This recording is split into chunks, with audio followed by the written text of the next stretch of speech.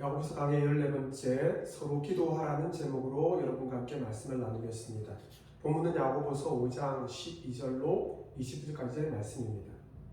야고보가 신자들에게 선포하는 지혜의 최고봉은 뭐니 해도 기도입니다. 따지고 보면 인간은 언제든지 기도하는 존재들이죠. 세상 사람들도 무엇인가 간절히 원할 때에 자신이 믿는 대상을 향해서 빌고 또 빕니다. 불교에서도 기도는 수행 과정에서 매우 중요한 훈련이죠. 불교에서 기도는 사람이 공덕을 쌓으며 하늘의 뜻, 부처의 뜻을 채우는 과정이라고 알려져 있습니다. 반면에 하나님이 신자에게 요구하시는 기도는 다릅니다. 하나님과의 관계와 대화로의 주제가 바로 기도이지요. 그런데 신자들은 기도를 잘해야 한다는 부담 때문에 하나님과의 교제를 쉽게 잘 갖지 못합니다. 주님은 제자들에게 어린아이의 믿음을 가지라고 명령하셨습니다. 기도는 잘한다, 잘해야 한다는 부담이 아니라 먼저 자신의 뜻을 아뢰고 자신의 생각을 주 앞에 고백하는 것부터 시작함을 알려주셨죠.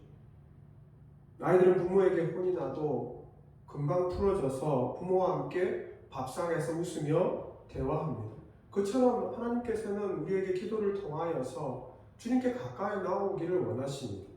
야고보는 신자들에게 하나님과의 관계를 강화하며 하나님의 성품을 닮아가도록 끈질긴 기도로 우리를 초대하고 있습니다. 그런데 기도를 말하기 전에 야고보는 기도와 맹세를 대조하고 있습니다. 먼저 우리가 기억할 것이 있습니다. 그것은 조건 걸고 함부로 기도하지 마시기 바랍니다. 야고보서 5장 12절입니다. 내 형제들아 무엇보다도 맹세하지 말지니 하늘로도 땅으로나 아무 다른 것으로도 맹세하지 말고 오직 너희가 그렇게 생각하는 것은 그렇다 하고 아니라고 생각하는 것은 아니라 하여 정죄받음을 면하라.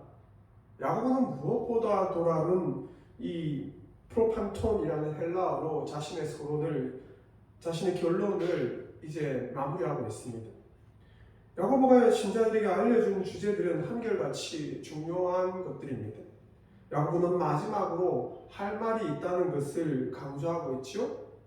야고보는 이미 위로부터 난 지혜를 구하라고 우리에게 권면한 바 있습니다. 그럼에도 인내하며 기도하는 신자의 성화를 위해서 다시 한번 맹세와 기도를 연관하고 있습니다. 주님은 신자들에게 적극적으로 신앙생활하도록 우리에게 요구하셨습니다. 기도는 하나님께 필요와 결핍만을 구하는 시간이 아닙니다. 신자 자신이 하나님 앞에 서원할 수도 있습니다. 하지만 주님은 신자가 경솔하거나 교만하지 않기를 더욱 바라시죠. 자신의 분수도 모른 채 또는 자신의 처지와 능력도 감안하지 못한 채 고려하지 않고 쉽게 맹세하지 말라고 권면하십니다. 하나님 믿은 사람이든 쉽게 맹세하고 지키지 못하게 되면 영적 신용 불량자가 되기 때문이죠. 하나님을 향해서 또는 다른 사람들을 향해서 빈말이나 어떻게 보면 부도난 수표를 부도 수표를 날리지 말라고 주님은 우리에게 알려주시는 것이죠. 야고보가 이 서신을 통해서 말을 조심하라고 누누이 강조했던 바가 바로 이 때문입니다. 자신이 잘 지키지 못하는 걸 알면서도 그럼 무엇 때문에 신자들은 자주 맹세할까요? 그것은 자신이 맹세하면 하나님이 빨리 응답해 주신다고 오해하기 때문입니다. 여러분이 간절히 무엇인가 성취되기를 소망할 때에 하나님께 서원하는 모습을 발견하게 될 것입니다. 누군가에게 기도를 부탁하면서도 자주 우리는 약속하곤 합니다. 간절한 마음 때문에 그렇게 맹세하는 마음은 충분히 이해합니다. 중보기도를 부탁할 때에도 속히 응답받기를 바라는 마음 때문에 그렇게 한다는 것도 공감할 수 있습니다. 하지만 여러분이 기도할 때 맹세부터 하기보다는 주의 뜻을 먼저 구하시기 바랍니다. 하나님은 공의로우셔서 여러분에게만 특혜를 베푸시지는 않습니다. 하나님은 여러분이 기도할 때 물론 언제든지 받아주실 준비가 되어 있습니다. 여러분이 바르게 기도하든 잘못 기도하든 모든 기도는 하나님께 응답받습니다. 또한 여러분이 드린 기도는 확실히 하나님이 작정하신 적절한 때에 응답받습니다. 하나님이 여러분에게 예, 아니요, 기다리라고 분명히 말씀하십니다. 신자는 하나님의 응답하심을 묵상하며 하나님의 주권에 순종할 수 있어야 됩니다. 그것이 바로 기도의 은혜요, 신자가 기도하는 특권입니다. 기도는 주님께 순종을 배우는 시간이죠. 기도는 주님의 말씀에 귀 기울이고 주의 사랑을 누리는 시간입니다. 그러므로 무엇인가 하나님 앞에 조건을 걸고 기도하지 마시기 바랍니다. 여러분은 기도를 혹시 자동 판매기로 오해하고 있지는 않습니까? 그것을 점검하셔야 합니다. 야고보서 4장 3절, 구하여도 받지 못함은 정욕으로 썰고 잘못 구함입니다. 탈무드에 나오는 예화입니다. 두 명의 유대인이 바다에서 표류를 당했습니다. 그리고 간신히 구명보트에 몸을 의지해서 구조되기를 기다렸죠. 사방 어디를 둘러보아도 망망한 바다뿐이었습니다. 그때 한 유대인이 하늘을 향해서 이렇게 기도합니다. 오 하나님, 만일 저를 구해주신다면 제가 갖고 있는 재산의 절반을 바치겠습니다. 하지만 아무런 구조 신호가 보이지 않았습니다. 풍랑만 더 심해져서 위기에 빠지게 되었죠. 그때 한 번 더 기도합니다. 오 하나님, 살려주십시오. 살려주신다면 제 재산의 3분의 1을 드리겠습니다. 그러나 하나님은 이번에도 아무런 응답도 하지 않았습니다. 밤이 됐고 아침이 되었습니다. 이들이 모두 기진맥진해졌죠. 유대인은 그래도 희망을 걸고 한 번 더 기도합니다. 하나님, 제발 저의 이 간절한 기도를 받아주십시오.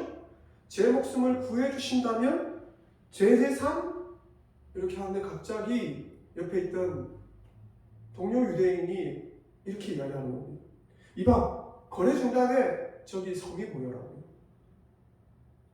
여러분, 기도는 하나님과의 거래가 아닙니다. 기도는 나의 일방적인 요구가 되어서도 안 됩니다. 하나님의 긍휼하심을 믿고 하나님의 사랑의 손길을 내가 온전히 의지하고 맡기는 시간이죠. 하나님은 여러분이 순교를 맹세해도 노라고 응답하실 수 있습니다. 하나님은 주의 자녀가 무엇을 드리겠다고 해서 속히 응답하시지는 않습니다. 그렇기 때문에 무엇을 먼저 드리겠다고 조건을 내걸지 마십시오. 기도는 하나님과의 교제로 인해서 여러분이 회복되고 치유되는 시간이요, 힘과 용기를 얻는 시간임을 기억하시길 바랍니다. 기도는 여러분이 살아나는 시간이요, 여러분을 살게 하는 시간이요, 여러분이 왜 살고 있는지 깨닫는 시간입니다. 기도는 신자는 여러분이 하나님 한 분만으로 만족하는 시간이요, 평안을 충분히 누리는 시간입니다. 그러므로 기도의 자리로 담대히 나아가시길 바랍니다. 그리고 그렇다면 진실하게 주의 이름을 부르시길 바랍니다. 그러면 야고보가 여러분에게 알려주는 성경적인 기도 방법은 무엇일까요? 그것은 바로 마음을 합해 기도하라고 우리에게 권면하고 있습니다. 야고보서 5장 12절로 16절입니다. 너희 중에 고난당하는 자가 있느냐? 그는 기도할 것이요. 즐거워하는 자가 있느냐? 그는 찬송할지니라. 너희 중에 병든 자가 있느냐? 그는 교회의 장로들을 청할 것이요. 그들은 주의 이름으로 기름을 바르며 그를 위하여 기도할지니라. 믿음의 기도는 병든 자를 구원하리니 주께서 그를 일으키시리라. 혹시 죄를 범하였을지라도 사하심을 받으리라. 그러므로 너희 죄를 서로 고백하며 병이 낫기를 위하여 서로 기도하라. 의인의 간구는 역사하는 힘이 큽니다. 신자들은 주님께 교회에서 그리고 개인적으로 홀로 있을 때도 기도에 힘써야 합니다. 13절로 16절은 교회가 모였을 때 기도에 진력하라고 이야기합니다. 더 나아가 17절로 18절에는 개인적으로 홀로 있는 시간에도 엘리야처럼 기도하라고 이야기하고 있습니다. 기도를 뜻하는 헬라어 프로시코마이는 신자가 구별된 백성임을 드러내는 표지이기 때문이죠. 우리가 그러면 어떻게 마음을 다해서 기도할 수 있을까요? 먼저 고난의 자리에서 기쁘게 기도하시기 바랍니다. 기도는 예방접종과 같습니다. 죄의 억제, 죄의 면역을 위한 백신과 같습니다. 야고보 기도를 강조하는 이유는 신자가 인생 중에서 반드시 여러 가지 시험과 믿음의 시련을 만나기 때문이라고 말하고 있죠.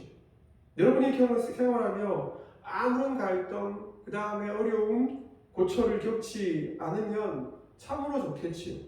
그보다 좋을 수는 없습니다.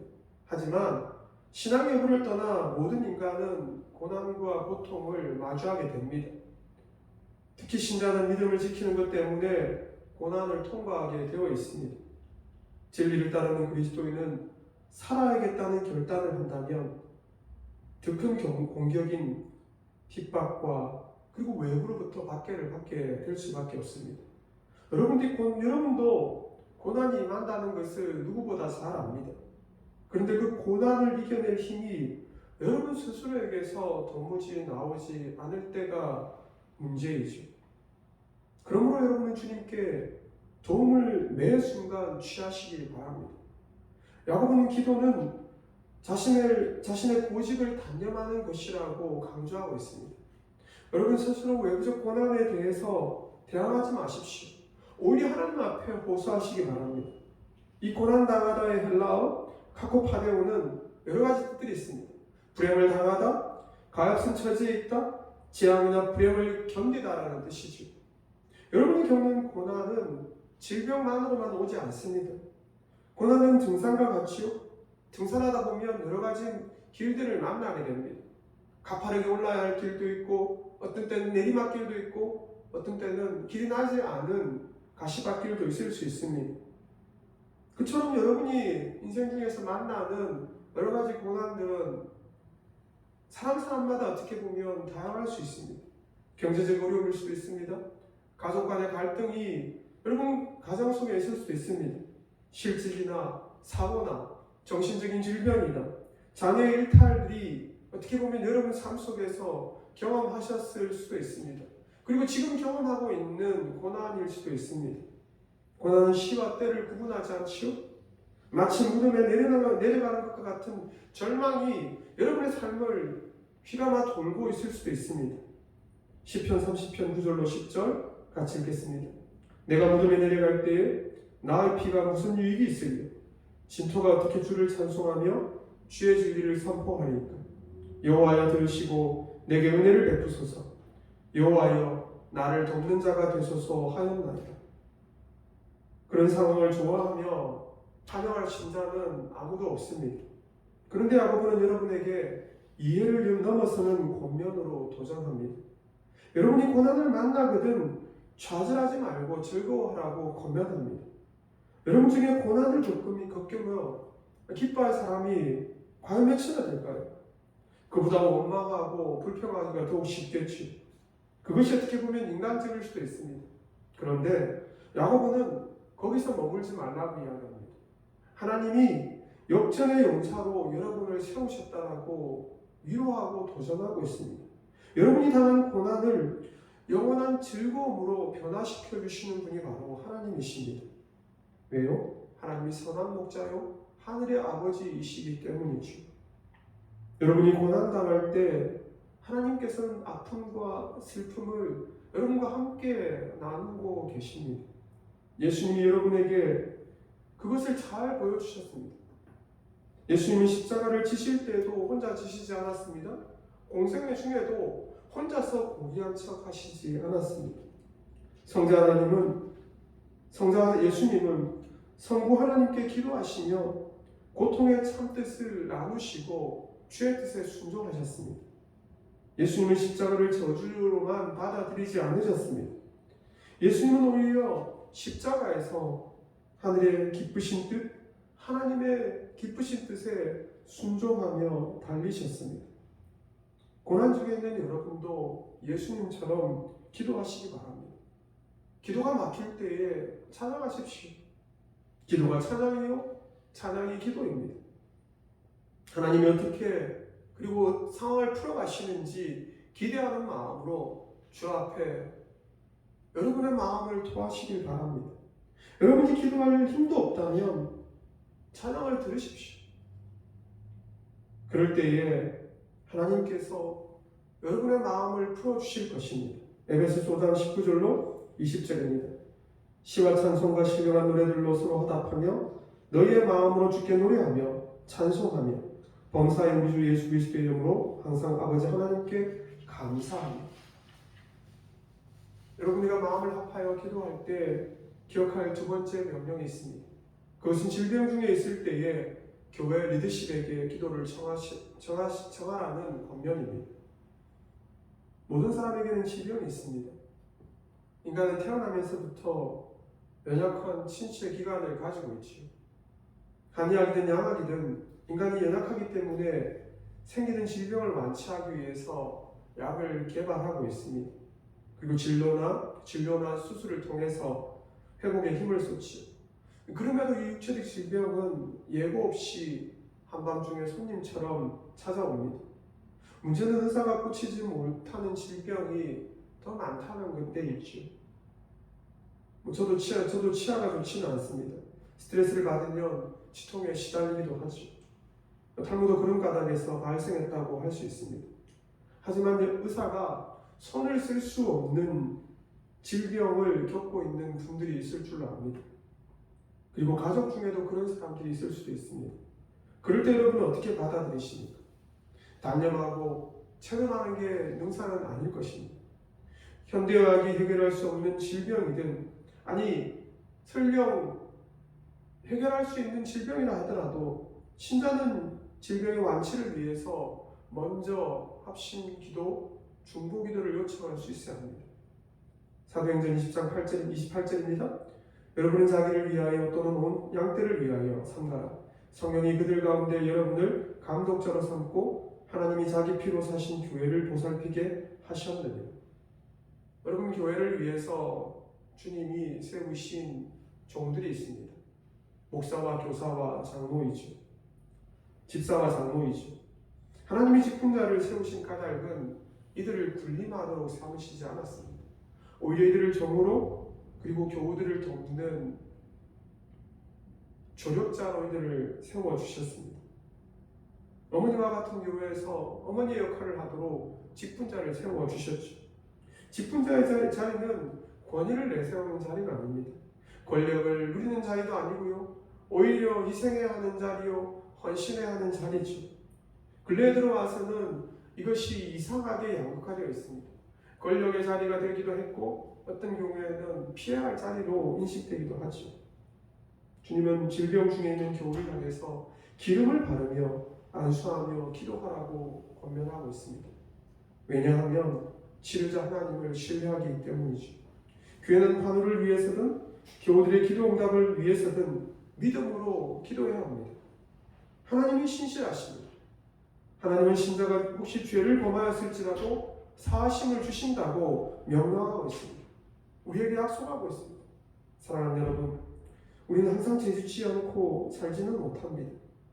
우리가 죄중에 있더라도 하나님은 자녀된 신자를 사랑하십니다. 하나님은 사랑으로 참아주시고 주의 기도를 가도록 다시 일어서도록 우리를 도와주십니다. 기도가 속히 응답되는 이유는 목사나 장로, 아니 특정한 사람에게 기도의 능력이 있어서가 아닙니다. 그에게 기도를 부탁했다고 해서 들어주시는 게 아니라는 뜻이죠. 조지 물러는 고아원을 운영할 때에 매 순간 기도 응답을 받았다라고 이야기합니다. 그런데 그가 한 번도 자신에게 기도의 능력이 있다라고 고백하지 않습니다. 여러분이 죄악 중에 있더라도 하나님은 응답하시는 때가 있습니다. 특별한 기도 응답을 받을 때에 여러분 자신을 살피시길 바랍니다. 주님이 무엇을 원하시는지 돌아보시고 겸손히 주 앞에 회개하십시오. 주님이 속히 응답하실 때에 그때일수록 여러분이 더 자신을 돌아보시길 바랍니다. 그리고 하나님께서 무엇을 원하시는지 보십시오. 하나님은 여러분과 교제하길 원하십니다. 때로는 여러분이 경건하게 신앙생활할 때에도 질병을 만날 수 있습니다. 욥의 흉내가 그 대표적인 사례이죠. 고대인들은 죄와 질병의 관계를 인과응보식으로 보았습니다. 지금도 가계 저주론을 주장하는 신사도주의 운동가들이 있습니다. 그들은 죄로 인해서 질병이 생기고 가계에 재앙이 생겼다라고 주장하지요. 이들은 욥기를 통해 하나님이 주시는 참뜻을 알지 못하고 있습니다. 욥의 시대에도 욥이 당한 고난을 그의 친구들이 잘못 이해했습니다. 욥의 친구들은 대만 사람 엘리바스, 수아 사람 빌닷, 나아마 사람 소발입니다. 그들은 처음에 욥이 고난 당했을 때에 그와 함께 일주일 정도 시간을 보냈습니다. 그럼에도 엎친 데 덮친 격으로 욥에게 질병이 왔죠. 그가 그 심한 고통 중에 자신의 출생을 저주하려고 할 때 이들은 욥을 훈계하기 시작했습니다. 너가 죄 때문에 이렇게 되지 않았느냐? 네가 교만해서 이렇게 되지 않았느냐? 네가 그리고 무엇을 잘못해서 이렇게 되지 않았느냐라고 윽박질렀습니다. 욥은 처음에 하나님이 무엇 때문에 자신에게 고난을 주시는지 잘 알지 못했습니다. 근데 욥이 하나님 앞에서 하나님이 자신을 사랑하셔서 이 고난을 주셨다는 것을 알고 겸손해졌지요. 하나님은 욥을 의인으로 이미 칭하고 계셨습니다. 그럼 욥이 어떤 행동을 해서 그랬습니까? 아니요. 하나님이 시키셔서 욥을 의인으로 불러주셨기 때문입니다. 그리고 그처럼 주의 자녀된 저와 여러분을 주님은 이미 의인으로 삼아주셨습니다. 그러므로 사랑하는 성도 여러분, 여러분은 욥처럼 의인임을 먼저 기억하시길 바랍니다. 하나님이 욥의 기도만 들으시지 않고 여러분의 기도에도 응답하심을 기억하시길 바랍니다. 의인의 강구는 역사하는 힘이 크다라고 주님은 우리에게 약속하고 있습니다. 마음을 다해서 우리가 기도할 때에 우리는 엘리야처럼 기도해야 할 줄로 믿습니다. 야고보서 5장 17절입니다. 엘리야는 우리와 성정이 같은 사람이로다. 하나님은 특별한 사람의 기도만 듣는 신이 아니십니다. 성경 인물들도 처음부터 기도의 영사가 아니었죠. 프로페셔널도 처음부터 자신의 분야에서 최고가 아니었습니다.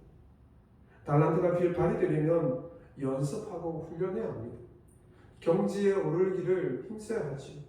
성경에 나오는 기도의 사람들도 인내하며 기도했습니다. 그들도 처음에는 우리와 똑같이 넘어지고 엎어지고 자주 실수하는 연약한 사람들이었습니다.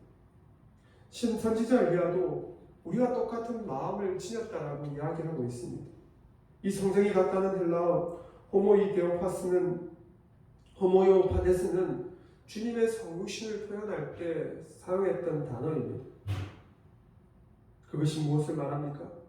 엘리야가 850대 1, 곧 바알과 아세라 선지자들과 겨루어서 이길 때에 마치 강력한 사람의 모습만 있지 않다는 것을 이야기합니다. 그가 그 대결에서 승리했을 때 매우 지쳐 있었습니다. 그때 그는 이세벨이 던진 한마디에 마음이 무너져 내려서 두려움 가운데 빠졌지요. 그리고 주랭랑을 쳐서 로뎀나무 아래로 도망갔습니다. 그럼에도 하나님께서는 그를 돌아봐 주셨죠. 하나님은 우리가 강할 때만 우리를 칭찬하시지는 않습니다. 하나님은 우리가 연약할 때도 우리와 함께 하시지. 믿음 없다고 통치시지 않습니다.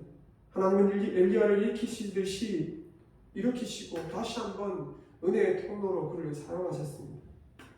하나님은 기도의 사람 엘리야를 통해서 하나님의 사랑이 당대의 아합의 폭정보다 더 크고 강하고 위대하심을 보여주셨습니다.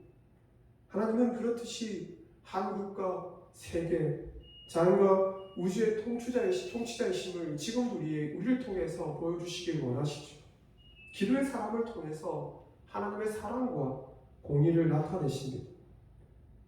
하나님은 여러분도 엘리야처럼 기도의 사람으로 살아가길 약속하십니다. 엘리야가 드린 기도는 신자된 여러분이 드려야 하는 기도이지. 신자가 드리는 기도는 하나님의 일하심과 은혜 주심을 여는 통로요, 가는 통로요, 닫는 통로임을 기억하시기 바랍니다. 주님은 여러분을 통해서 일하시길 원합니다. 그럴 때에 우리의 기도가 지향하는 목표 지점이 어디에 있을까요? 그것은 죄인의 구원을 위해서 기도하라는 주의 명령입니다. 야고보서 5장 19절로 20절입니다. 내 형제들아 너희 중에 미혹되어 진리를 떠난 자를 누가 돌아서게 하면 너희가 알 것은 죄인을 미혹된 길에서 돌아서게 하는 자가 그의 영혼을 사망에서 구원할 것이며 허다한 죄를 덮을 것입니다. 여러분, 야고보가 목회하는 초대교회는 그리 녹록하지 않았습니다. 박해가 있었고 핍박이 있었고 순교가 일상처럼 도처에서 일어났습니다. 그랬기 때문에 소수는 믿음의 길을 선택했습니다. 그리고 순교하기도 했죠. 하지만 그중에 연약한 성도들은 진리의 길에서 떠나서 이단과 사이비에 속하기도 했지요. 또 어떤 사람들은 적극적으로 행동하기를 원했던 사람들은 정치 집단에 가서 희망을 찾기도 했습니다. 다른 이들은 검욕주의를 선택해서 헬센의 파처럼 사막으로 어떻게 보면 건너가기도 했습니다. 또 다른 이들은 철학에서 길을 묻기도 했습니다.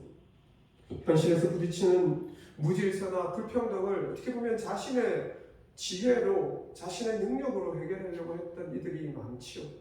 아니면 아예 그냥 그 현실을 도피하려고 했던 이들도 있습니다. 하지만 성경은 단호하게 선언합니다. 그 어떤 순간에도 비진리를 선택하지 말라고 우리에게 요구하고 있습니다. 그것을 옹호하거나 동정하지 말라고 우리에게 알려주고 있습니다. 이단이나 사이비, 정치든 경제 영역이든 그 어떤 것도 완전한 진리, 우리에게 안전을 보장해 주지는 않는다는 데 있습니다. 특히 교회가 비진리를 진리로 믿고 이탈하지 않도록 진리의 길, 사랑의 길을 보이는데 더 힘쓰라고 우리에게 도전하고 있습니다. 그렇게 할 수 있는 통로가 무엇입니까? 저와 여러분이 기도의 사람이 되는 일입니다. 여러분이 진리로 사랑을 받으며 또한 전하고 싶다면 엘리야처럼 기도하십시오. 주님 앞에 어린아이처럼 엎드리십시오. 합심으로 기도하고 질병이든 여러분이 만난 문제 모든 것을 우리가 합력하여 주 앞에 아뢰십시오. 그럴 때에 우리를 통해서 주께서 죄인의 구원을 위해서 우리를 사용해 주실 줄로 믿습니다. 사랑하는 대한교회 여러분, 기도는 미래에 보이는 방법처럼 보일 수 있습니다. 하지만 이 기도가 여러분을 세상을 이기는 지혜의 시작이요, 과정이요, 마무리로 있는 지혜의 최고봉임을 기억하시길 바랍니다. 서로 기도하십시다.